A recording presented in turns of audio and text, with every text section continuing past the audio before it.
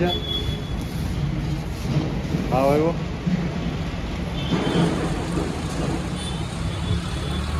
તો વિદ્યાને આવ્યો તાવ એટલે અમે આવી ગયા ક્રિષ્ના હોસ્પિટલે ઝાંઝડા ચોકડી તો એ બતાવવા ગયા છે અને મારે થોડીક કરવાની હતી રાપની ખરીદી રાપની ઉપર ચોટાડવાની પટ્ટી આવે એટલે આપણે વયા ગયા કૃષ્ણ હાર્ડવેરમાં દિવ્યેશભાઈ ત્યાં આપણે લેવાની આ વાળી પટ્ટી શું કહે દિવ્યેશભાઈ આપણે પટ્ટી લઈ લીધી પછી કૃષ્ણ હાર્ડવેરમાંથી આવી ગયા પાછા રિટર્ન આપણે ઘરે જગદીશભાઈ નીકળ્યા કટ્ટર લઈને જાય છે કેવત બાજુ બધી ચાલુ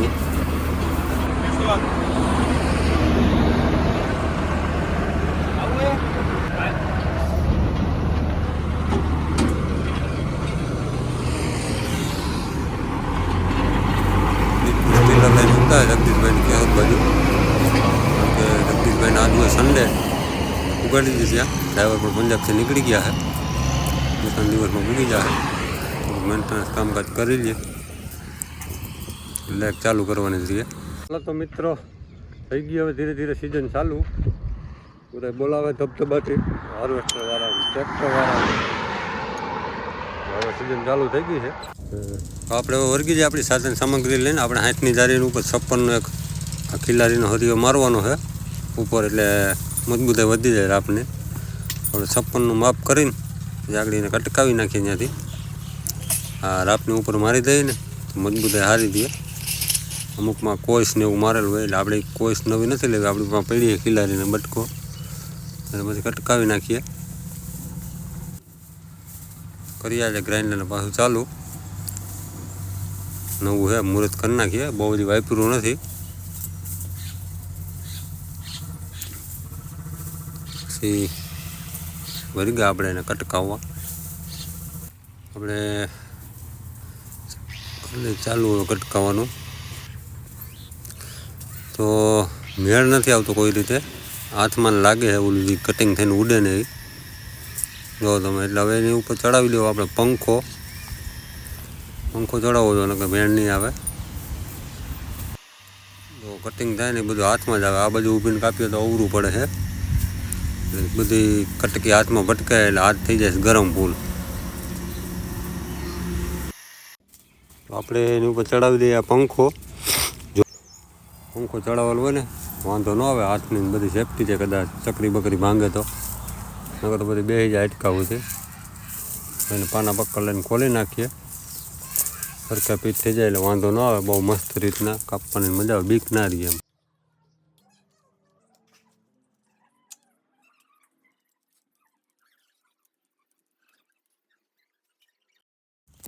આપણે કરી દીધો ઉપરનો પંખો ફિટ મજા આવે મસ્ત રીતે. હવે હાથમાં લાગવાની કે બીક ના રહીએ. હવે હબાટી બોલાવે છે બીક ના રહીએ આપણે લાગવાની જો તો કપાઈ ગયો કટકો. પછી આપણે ચડાવી દીધો એમાં કાટ ઉખેડવાનું પાનો એટલે કાટ ઉખડી જાય ઘોટાડવો હર્યું આપણે રાપમાં ઉખેડી નાખીએ આપણે એમાં કાટ કટિંગ કરવાનું પાનું કાઢી નાખ્યું કાટ ઉખેડવાનું પાનું ચડાવી દીધું કરી નાખીએ સાફાને આપણે હરિયાને વર્ગી ગયા. તો આપણે હવે ધબધબાટી બોલાવે છે ચશ્મા નથી પહેર્યા કે આંખમાં બહુ ઉડે છે છતાંય કરી નાખીએ સાફ. એ વરિયા વાળું એટલે પરફેક્ટ ચોખ્ખું થતું નથી આને ચોંટાડી દેવું આમનામ કે જરૂર છે નહીં.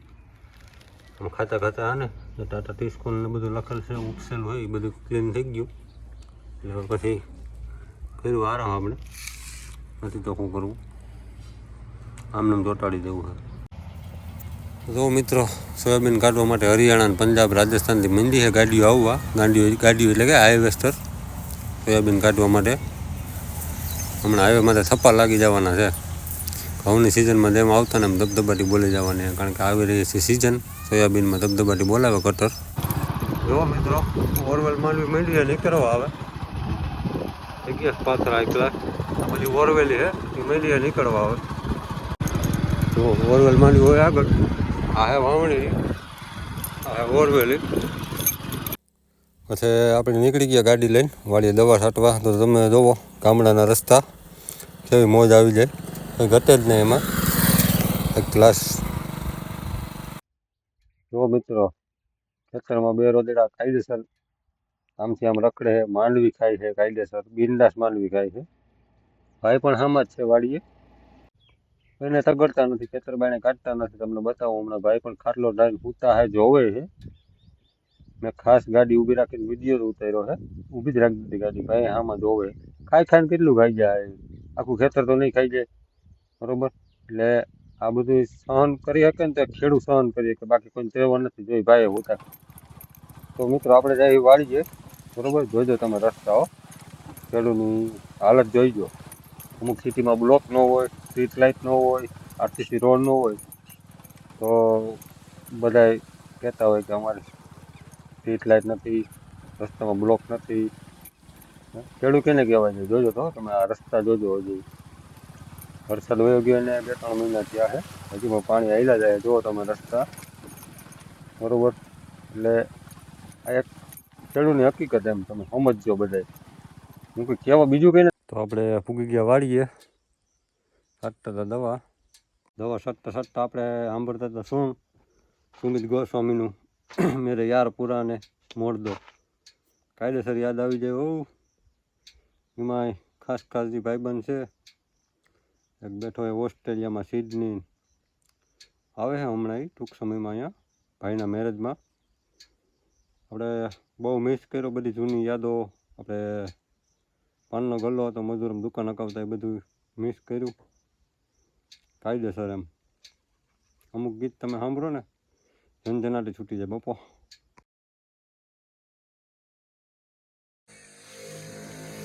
હાલ હે મિત્રો, છેલ્લો ડોઝ.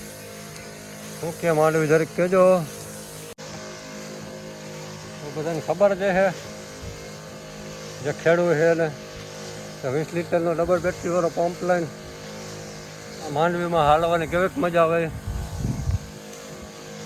હા, સડી જાય મારા કલેજા, બોલવાનું પણ મન ન થાય. ફૂલ ખેડૂત એને ખબર જ છે, તમારે કંઈ કહેવાની જરૂર નથી. હું કઈ તો વાર એમ જાય કે સંભળાવે છે, સંભળાવતો નથી ભાઈ. એ ખેડૂત છે બધાને ખબર જ છે. આ ધોમ તડકામાં આ બધું કરવું કેવું અઘરું છે ને. બેકાર હાલત છે ખેડૂતની યાર. આજે તમને હકીકત કેવી છે, મારે દવા છાંટવું ને, એટલે આપણે ખેતીમાં હમણાં જ વેરી ગયા 2-3 વર્ષ થયા. બાકી પ્રાઇવેટ જોબ ને ઘરનો ધંધો ને એવું જ કરતા. તો આજે તમને હકીકત કેવી છે ખેડૂતની, તમને બધાને ખબર પડે, સિટીવાળાને ખબર પડે ખાસ તો. એટલે હું તમને આજે બધી હકીકત કહેવા માગું છું. કરીને એ ચાલુ આપણે હકીકત કહેવાનું. મજા આવે કાન પકડીને કોમેન્ટ કરીને કહેજો, બાકી ના મજા આવે ઉપરથી જતું જવા જ દેજો. આપણે મશીનમાં જે હમણાં ઓલી માંડવી કાઢી હતી ને લીલી, આના પછીનો આગળનો વિડીયો છે, તમને આ આઈ બટનમાં દઈ દઉં, તમે જોજો. પ્રમુખ માનનું ઓલું માંડવીનું થ્રેસર છે, એમાં આપણે વિડીયો બનાવ્યો હતો માંડવીનો.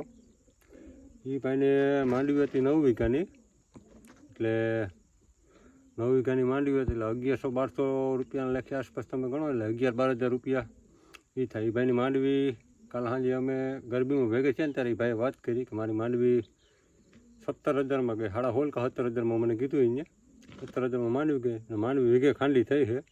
તો 9 વીઘાની માંડવી, બરાબર. આપણે હિસાબ હમણાં તમને કરીને કહો આખું, અને 11.5 કે 12,000 અમને દીધા, તમને આખો હિસાબ કરીને કહું હમણાં.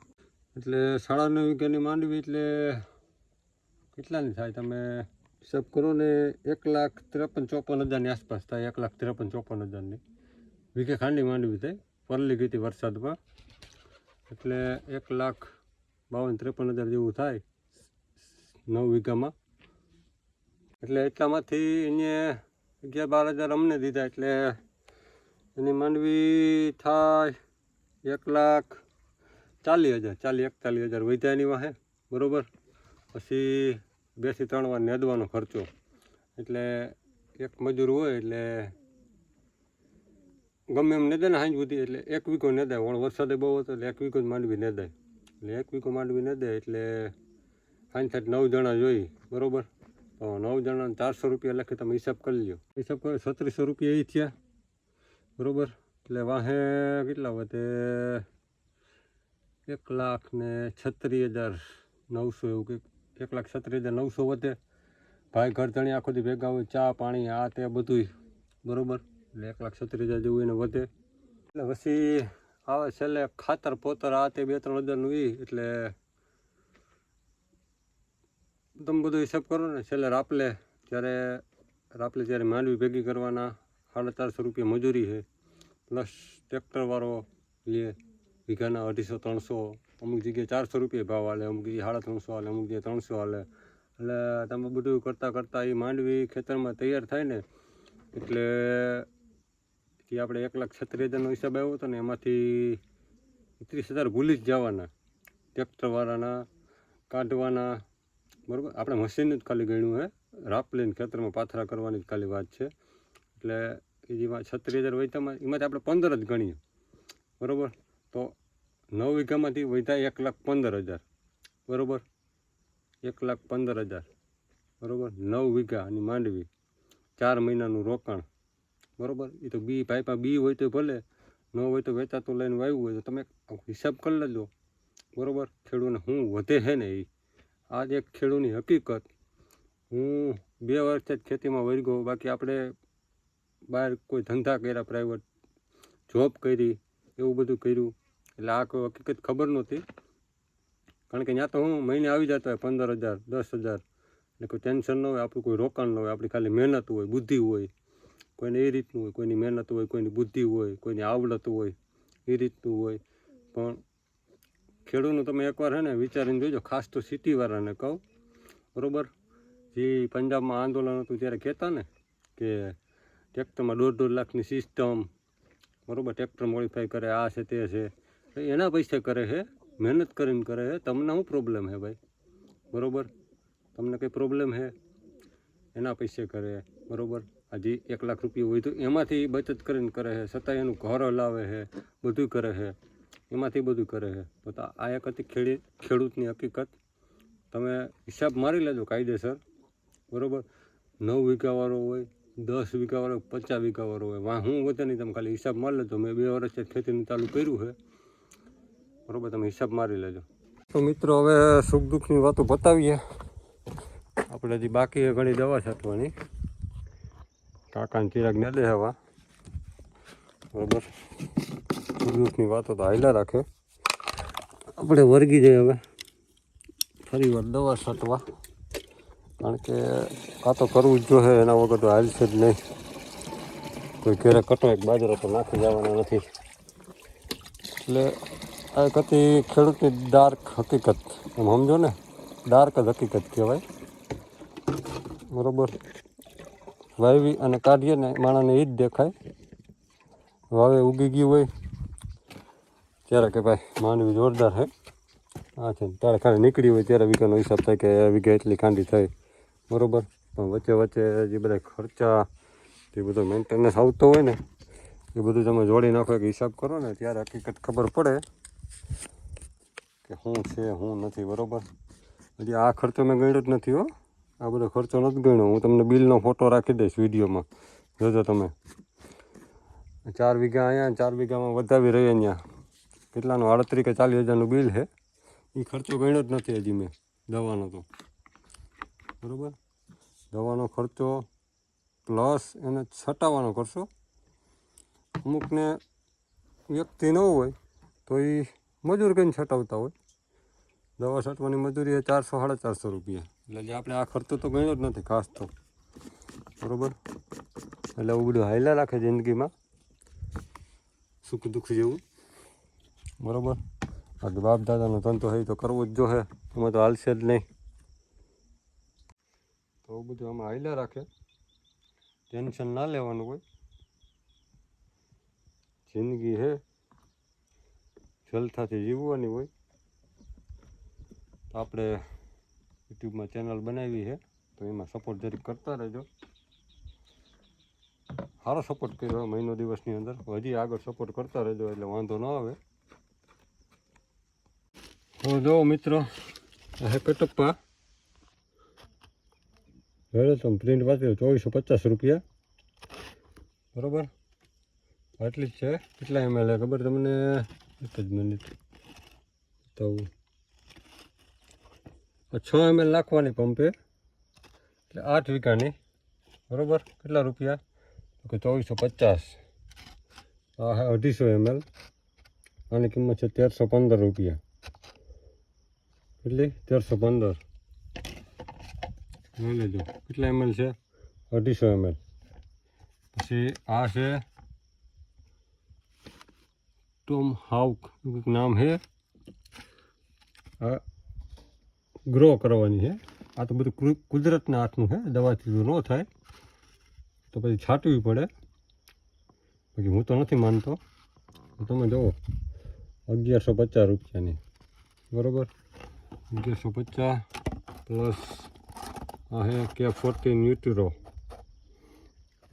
સ્પેનની ઇમ્પોર્ટેડ ફ્રોમ સ્પેન બરાબર. ઇકો K40 ન્યુટ્રો NK સોલ્યુશન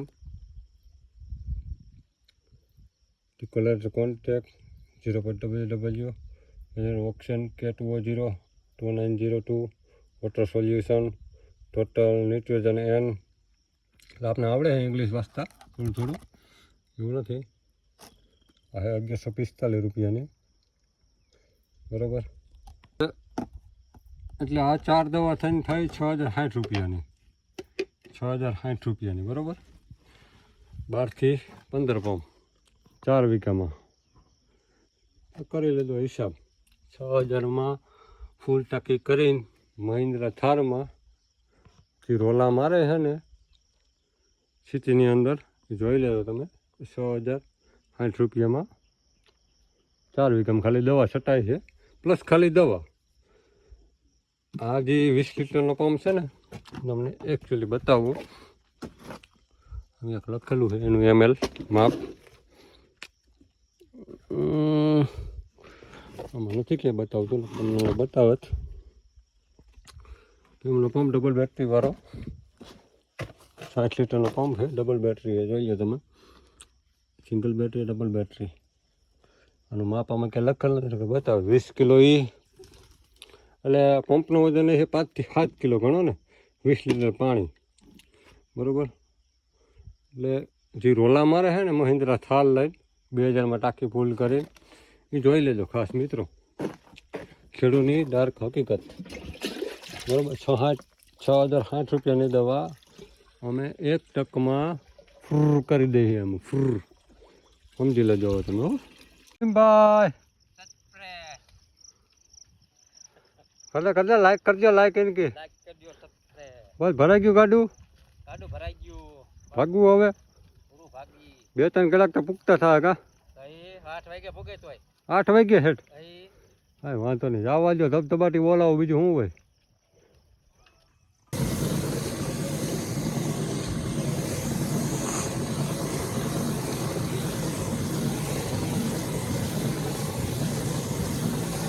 ચાલો તો સિરાગભાઈ નીકળીએ હવે. થઈ ગઈ દવા. કોલ્ડન તડકી થઈ ગઈ છે મસ્ત. આવું ને હવે હું તો ભાગીએ હવે. તો મિત્રો હાલે છે કેળા રિપેર કરવાનું કામ થાય. વાડી વાળો આપણો ફાઇનલી સિઝન આવે છે એટલે બધું રિપેરિંગ કામકાજ હાલે છે.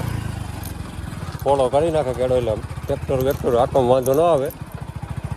સોયાબીન વાળાને હાઇવેસ્ટર કાઢવામાં ભૂકાના ટ્રેક્ટર ભરીને એટલા પોળો કેળો થઈ ગયો છે. એક દી પ્રોબ્લેમ થાય ગાડી હાંકવામાં વાંધો નહીં આવે.